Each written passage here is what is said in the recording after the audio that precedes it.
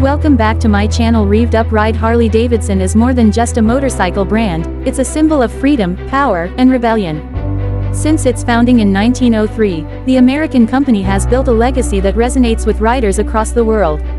Whether cruising on open highways or roaring through city streets, a Harley Davidson motorcycle delivers an unmatched experience. One of the most distinctive aspects of a Harley is its design. The brand is known for its heavyweight cruiser bikes, featuring large V-twin engines, chrome finishes, and a deep, rumbling exhaust note. Iconic models like the Harley Davidson Street Glide, Fat Boy, and Sportster have set benchmarks in the motorcycle industry. The company has also evolved with time, introducing electric models like the Livewire, combining tradition with modern technology. Riding a Harley isn't just about transportation, it's a lifestyle. Harley Davidson riders form a tight-knit global community, often gathering at rallies and events like the famous Sturgis Motorcycle Rally in the US.